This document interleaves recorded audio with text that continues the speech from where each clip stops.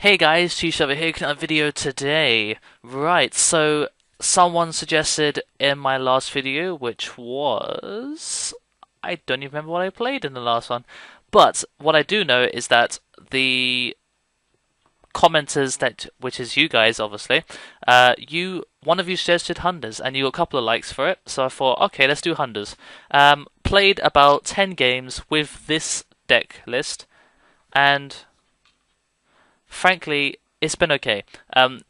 It's been okay in the sense like sometimes it goes off. Okay, I mean, one thing I have to say is that Paladynamo is a really good card. I mean, I've just loved it. Every time I drop it, it always nets me back a +1 or something. It's always a fantastic card. But apart from that, I mean, like the deck is decent. Maybe it's my build. Maybe my build isn't great. But a lot of the time, I just feel like the deck has that nice little plus with Thunder Seahorse. You do Polar Duality, Thunder Seahorse, Sis Hunter, get it back, so you get like loads of cards in hand. That's great when you go first turn, but if you don't go first, because I could never ever win the rock paper scissors on Deathcrow, but I kept going second, and I realized that if you go second with this deck, you are ultimately at a huge disadvantage because your first turn setup is good, but after that you won't have enough stuff to actually make any impact because you need to get that Thunder Seahorse play to get the two cards in hand, and then you can start spamming the field with loads of Hunters. But you need to get that +1 at the beginning so that you actually have enough cards to do it. But if you go second, you can't do the Thunder Seahorse play. Well, you can do it, but you're already behind cards. You need to actually make an impact on the field and actually take over the board on that turn because the game is so fast now. So skipping a turn or skipping your special summons for the turn, which is essentially skipping a turn now, just so they get that +1, it doesn't always help, and it makes the deck quite slow at times. So going first is really good if you open up well, which the deck does not open very well at all. If you open up well, you get a really good first turn setup, which is breakable, but it's pretty good. And if you go second, you are ultimately at a really big disadvantage. Now I got two replays, one that I won and one that I lost. I played against Harpies, which was a really, really, really good game, which I enjoyed very much. And the other one is a Madolche, and I can't ever beat Madolches because I don't know what it is about them, but they can always seem to bounce back no matter what I do to them. So let's have a look at the replays. Right, so let's have a look at the first one, Hunders against Harpies. Right, so I started off with an okay hand. I mean, I didn't go first, but I did open up the Seahorse Potter Duality. As I said, going second, but to be fair, I did get a draw, so that's always nice. And then he made Starry, so I got another draw. So straight off the bat, the fact that he gave me two cards first turn, when realistically he could have done nothing. He could have just kept his Channeler on the field. I would have had to have taken down two monsters to stop him from doing a big play next turn.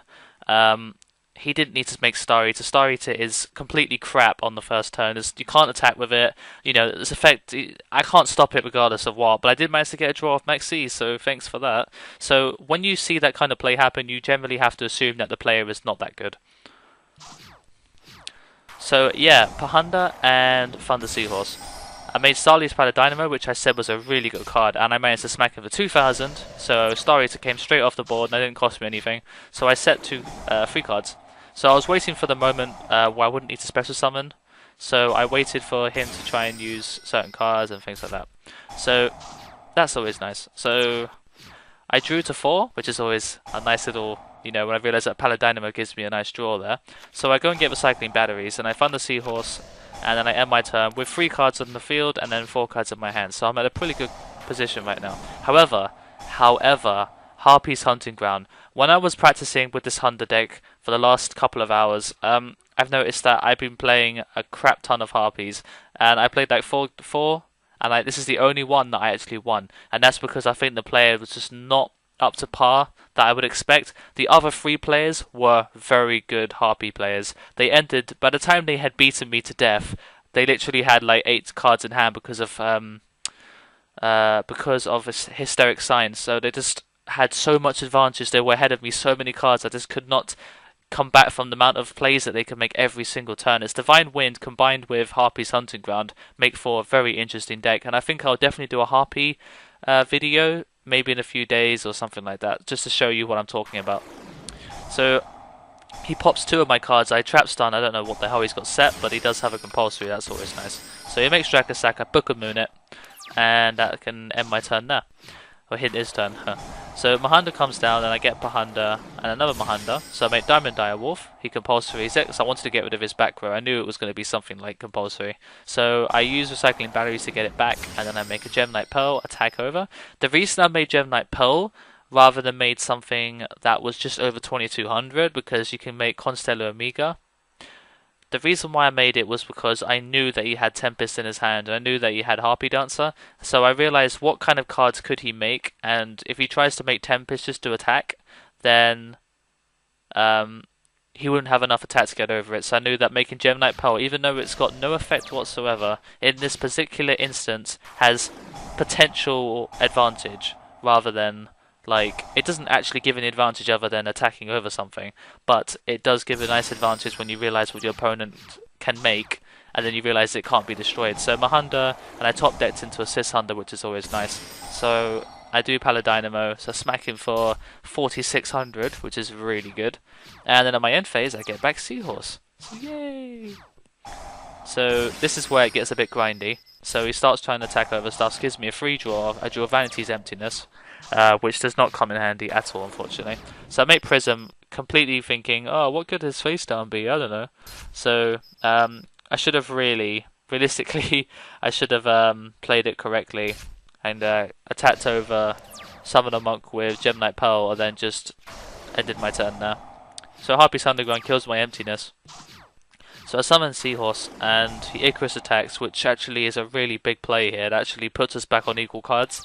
So he draws for his turn, and he draws Dark Hole. Uses Summon the Monster effect, and I Chain Maxi, which actually ultimately wins me the game, because I know that I've got enough life points to survive whatever he's going to do this turn.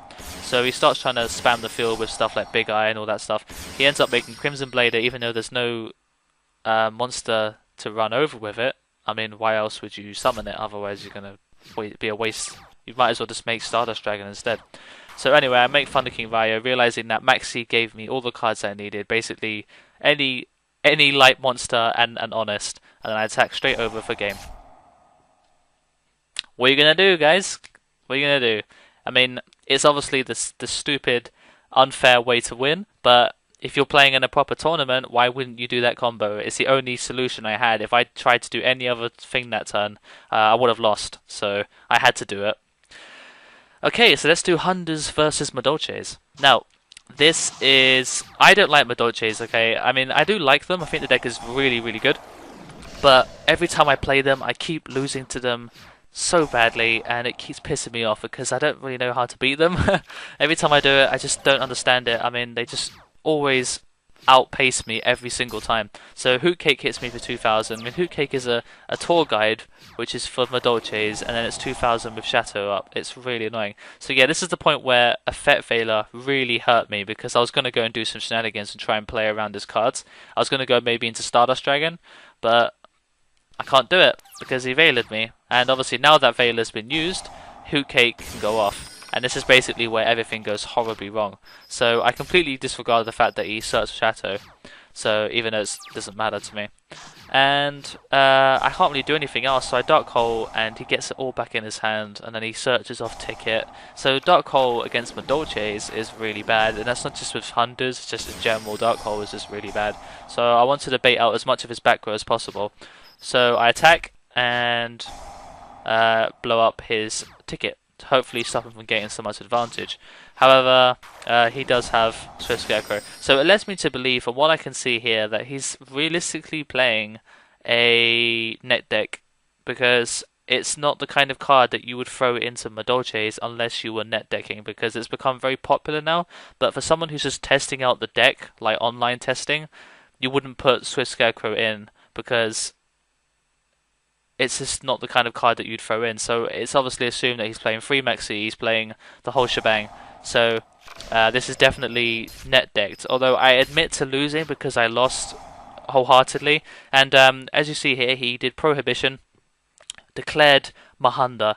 And as you see here, because he called Mahanda, I can't do anything. And I top deck into Tugodia.